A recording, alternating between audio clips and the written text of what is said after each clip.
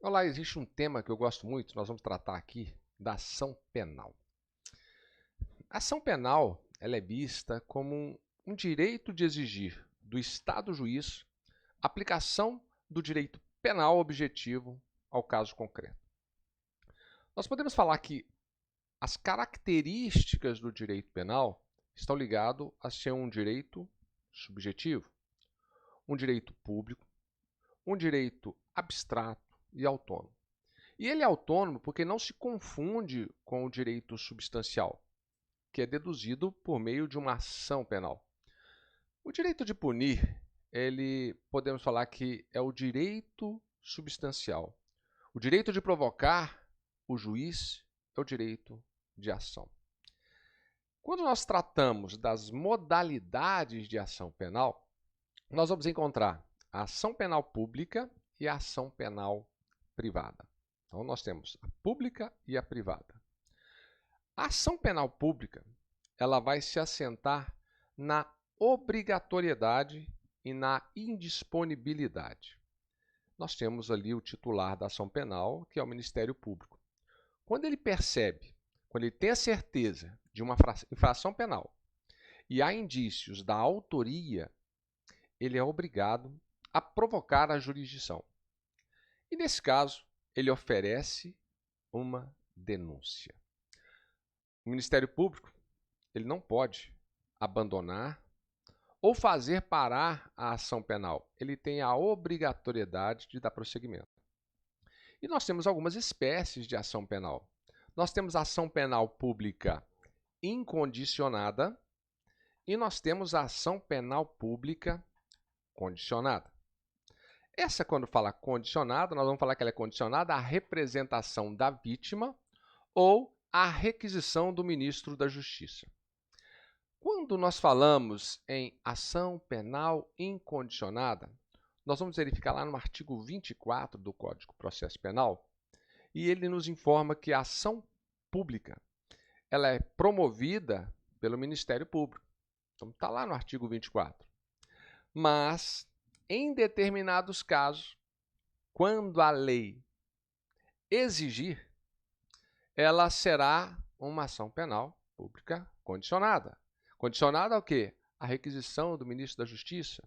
Condicionada a uma representação do ofendido ou do particular ou de quem detiver a qualidade para representar esse ofendido.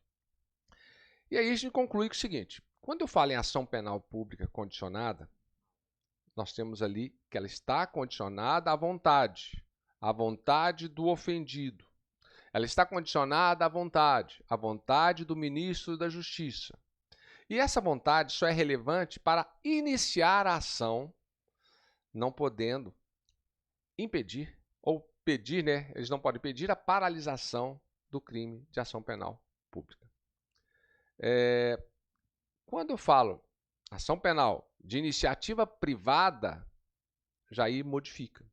Porque eu tenho ali o ofendido, no caso do particular, ele contrata um advogado para que ele possa solicitar a proteção do Estado, a tutela jurisdicional, e a peça ali, nós chamamos de queixa. Enquanto o Ministério Público, a peça inicial é denominada de denúncia, na ação penal privada chama-se queixa. Queixa na ação penal privada. E na ação penal privada, o ofendido, o interesse dele ele é sempre relevante, sempre vale a análise. Aí quem que oferece a queixa, então? O ofendido ou o representante legal. Quem que oferece a denúncia? O Ministério Público. Agora, coisas que você deve guardar. A queixa se divide-se em queixa propriamente dita, que é também chamada de exclusiva. Nós temos aí também personalíssima e a subsidiária da pública, que também pode ser chamada de acidentalmente privada ou supletiva. Então, são esses tipos. Quando nós falamos da ação penal privada, ela está relacionada à oportunidade. Ela está relacionada à conveniência do ofendido. É uma ação que ele pode facilmente dispor. Por isso nós falamos, diferentemente da ação penal pública, que ela é disponível, mas ela é indivisível. O princípio da indivisibilidade, ele vai nos informar, ele significa para nós que a ação penal ela deve ser proposta contra todos os autores e partícipes, todos participantes do delito. Exemplo, se um crime foi cometido por João e Maria, a ação penal ela deverá ser ajuizada tanto quanto João e Maria, contra os dois. Não pode, numa ação penal privada, ser proposta apenas contra João e deixar Maria, salvo, é lógico, se houver motivo jurídico que autorize. Imagine que Maria tenha morrido. Nesse caso, não justifica eu propor ação contra ela. Nos crimes de ação penal privada, os autos do inquérito policial, que já vão ser relatados, eles serão remetidos ao juiz. E é remetido ao juiz competente, onde ele vai aguardar a iniciativa do ofendido ou do seu representante legal para que seja oferecida a queixa. E nesse caso, ou ele pode também pedir lá o traslado, está lá no artigo 19, dá uma lida lá no artigo 19 para conferir. Essas espécies, né, de ação penal, você vai poder também encontrar facilmente lá no artigo 100, parágrafo 1º e 2º do Código Penal, que eu te convido a fazer a leitura.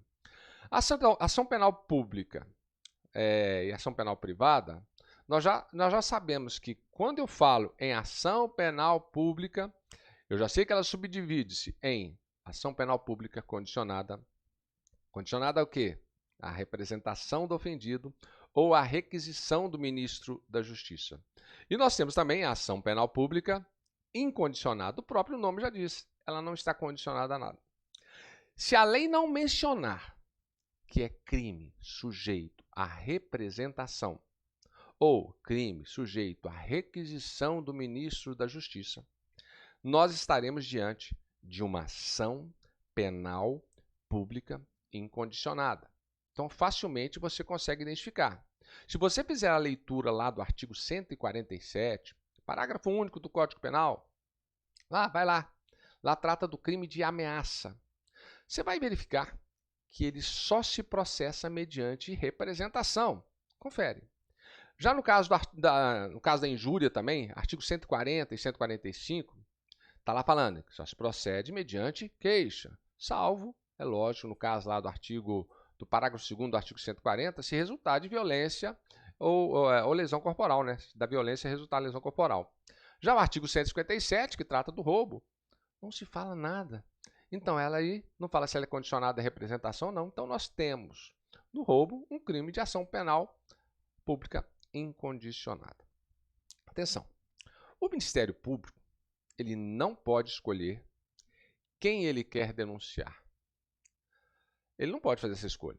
Se ele tem elementos, ele tem que fazer a denúncia. Ação penal privada. Vamos falar um pouquinho sobre ela aqui. Ela subdivide-se em ação penal privada propriamente dita, também chamada de exclusiva, né? Ação penal privada personalíssima e ação penal privada subsidiária da pública. Lembra que nós mencionamos aí? A pública também que é chamada de acidentalmente privada ou supletiva. Essas terminologias sinônimas é importante que você faça anotação. Na ação penal propriamente dita, em lugar do ofendido, nós podemos ter três figuras. Propriamente dita, você tem três figuras ali. O representante legal, nós temos sucessores por morte, ou também declarados como ausentes, né? E o curador especial. O curador especial é quando a pessoa ela não tem representante legal, ou ela é mentalmente enfermo, ou é retardado mental, está lá no artigo, ou quando colide os interesses. Por isso, nesses casos, nós podemos afirmar que a titularidade da ação penal ela é do ofendido ou de quem legalmente o represente, conforme eu mencionei. Não esqueça, a ação penal, nesses casos, nasce com a queixa. Denúncia é o MP.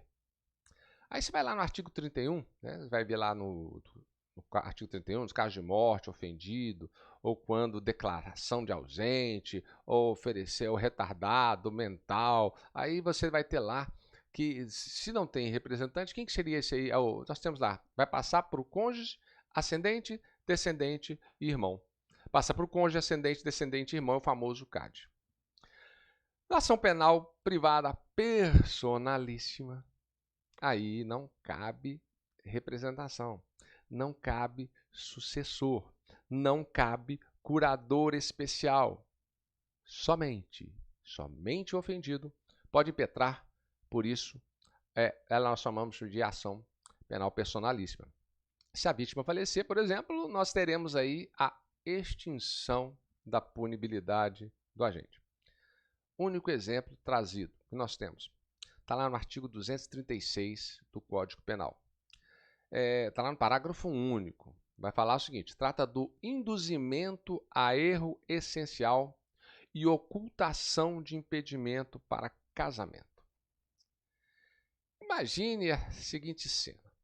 Imagine que você tenha contraído um casamento, induzido em erro, porque você não sabia que o cônjuge ocultava ali um impedimento.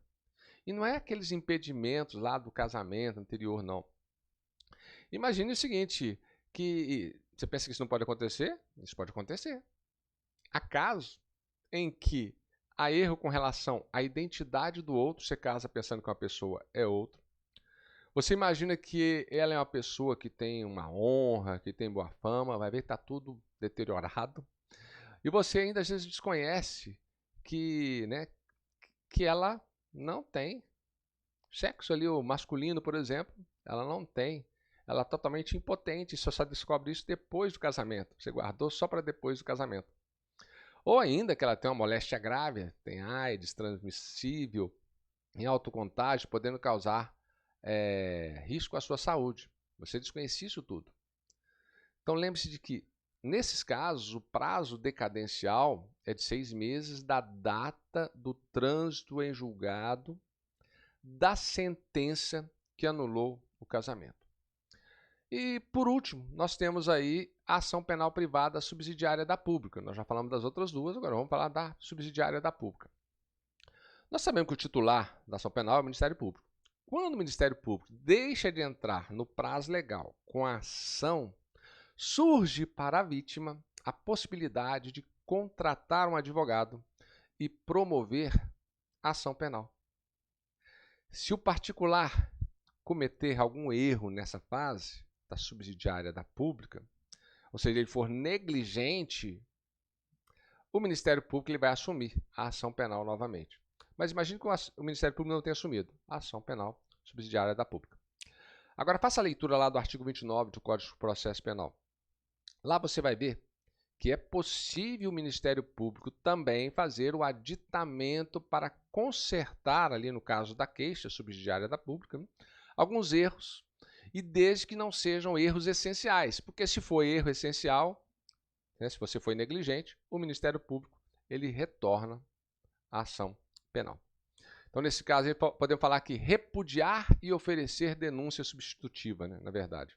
Se o Ministério Público ele entende que a queixa subsidiária ela está inepta, isto é, ela está faltando algo essencial, o Ministério Público ele vai repudiar e vai apresentar uma denúncia substitutiva. Atenção, o juiz rejeita, o Ministério Público repudia. Quando o dispositivo legal ele se refere à queixa, que é a peça inaugural e acusatória, estaremos falando de ação penal privada. Agora, por outro lado, quando se refere a uma representação do ofendido ou uma requisição do ministro da Justiça, isto é como condição de procedibilidade, como nós já falamos anteriormente, nós estaremos diante da denúncia, que é uma peça inaugural e acusatória. No caso da denúncia, estará se referindo a uma ação penal pública condicionada. E quando não falar nada? Quando for silente, refere-se a uma ação penal pública incondicionada, que é a regra. Nós vamos tratar agora, logo em seguida, tratar sobre as condições para o exercício regular da ação penal. Quais seriam as condições para o exercício regular da ação penal? Nós vamos identificar aqui 4 condições da ação penal. Nós temos possibilidade jurídica do pedido, interesse em agir, legitimidade ad causa e justa causa. A falta de qualquer uma dessas condições importa em nulidade absoluta do processo. Então, tem que estar presente as 4 condições. No processo penal, a possibilidade jurídica do pedido, nós podemos afirmar que ela está associada à tipicidade do fato. Se o fato narrado na inicial ele é típico, nós teremos aí a possibilidade jurídica do pedido. Mas e se não for? Exemplo, o João tem 26 anos, ele é maior, ele é capaz, ele teve conjunção carnal com a irmã, maior de 18 anos. A pergunta é, houve crime? Não. Não há fato típico. Nós temos um incesto. E entre nós, nosso ordenamento jurídico, não existe crime de incesto. O ato pode ser imoral, mas não é crime. E por isso, se você pedir a condenação, o fato é atípico. Não há possibilidade jurídica ali. Falta de interesse de agir. No caso, o interesse de agir, ou também interesse processual, conforme entende a doutrina brasileira, ele se configura com base nas afirmações autorais. Vamos imaginar que as afirmativas autorais elas estejam presentes, e aí nós teríamos aí o trinônimo, a necessidade, a utilidade, o trinônimo, necessidade, utilidade e adequação. Para a maioria da doutrina, sempre haveria a necessidade. Agora, nós podemos ter também a questão da utilidade, que se liga à eficácia. Você vai verificar qual é o proveito do que está pedindo. Vai haver a extinção da punibilidade, se demorar muito? Então, nós temos aí, a adequação é apontar o procedimento correto. Então, temos aí o trinônimo. Utilidade, adequação, necessidade. Já a legitimidade da parte, outra condição, legitimatio ad causam, vai verificar qual que é a pertinência subjetiva da ação. E o que vem a ser pertinência? Pertinência é a congruência, é a correlação entre o titular, que está no polo ativo, e o direito que está sendo invocado naquele caso. No processo penal, nós temos aí em conflitos o direito de punir. Nós temos o Estado, a administração, por meio do Ministério Público ali, e o direito de liberdade, que é aquele imputado na inicial como sendo o autor do fato. O que pode acontecer nesses casos? Pode acontecer de que uma pessoa ela tenha sido presa. Ela foi presa em flagrante. Ela identificou-se com o documento do primo. Então, ela identificou como outra pessoa. O primo não tem legitimidade para responder àquela ação. Quando o juiz descobrir, quando o juiz tomar conhecimento, ele deve reconhecer que não houve pertinência subjetiva. E por quê? Porque não era o primo que deveria figurar no polo passivo. Ele identificou com o documento do primo e não era ele. Então, nesse exemplo, não pode o juiz absolver. E sim, o juiz deve reconhecer a falta de pertinência. Suponhamos que, nesse exemplo que eu mencionei, tenha transitado em julgado. Pergunta de prova agora. Tenha sido transitado em julgado e condenado o primo, porque o nome dele estava lá. Qual é o remédio adequado? Nós teríamos aí que interpor uma rescisória do processo penal que nós chamamos de revisão. Atenção, revisão não é recurso. Porque o recurso só é utilizado quando o processo ainda está vivo, nesse caso não estava. Então é uma revisão. No dizer de Lieberman, a legitimidade é a pertinência subjetiva da ação. Na legitimidade, busca-se na parte passiva o fator de ser ela a pessoa indicada para suportar os efeitos de uma sentença penal condenatória. O ofendido na ação penal privada ele tem legitimidade extraordinária. Por quê? Porque ele pede em nome próprio um direito que não é dele. O direito de punir é do Estado, não é dele. Então, por isso nós falamos que o Estado mantém o direito de punir. Por isso que é legitimidade extraordinária. Agora, o Ministério Público ele não tem legitimidade para ação penal privada. E o mesmo ocorre com o ofendido com relação à ação penal pública. Mas tem exceção, que é quando o Ministério Público não age, e aí você pode propor ação penal privada subsidiária da pública. E a última condição da ação, aqui no caso, a justa causa. A justa causa, ela seria o mínimo de lastro probatório capaz de fundamentar a percepção penal ou ainda viabilizar o início da ação penal. Nós não podemos ter acusações infundadas, acusações arbitrárias. Se isso ocorrer, haverá a violação ao princípio constitucional, previsto lá no artigo 1º, princípio da dignidade da pessoa humana, inciso 3. Para processar uma pessoa criminalmente, não precisa ter prova cabal e irrefutável e inquestionável. Agora, eu preciso dessas provas para condenar aquela pessoa. Para começar um processo, basta o mínimo probatório. Na fase inicial, lá do processo, não figura o indúbio pro réu. Você deve lembrar desse ditado. Esse princípio só é utilizado na sentença. Para que a gente possa iniciar uma ação penal, nós temos o princípio indubio pro societatis. É mais ou menos assim. Na dúvida, a favor da sociedade. Na dúvida, vamos processar. Então, nós temos aí o inquérito policial, né? Considera-se uma fase pré-processual. E o inquérito processual, ele serve para verificar a justa causa, o mínimo probatório. Então, terminamos aí esse tema falando sobre ação penal. Espero que tenha gostado. Qualquer dúvida, manda pra gente. Um grande abraço, bons estudos. Vem que passa.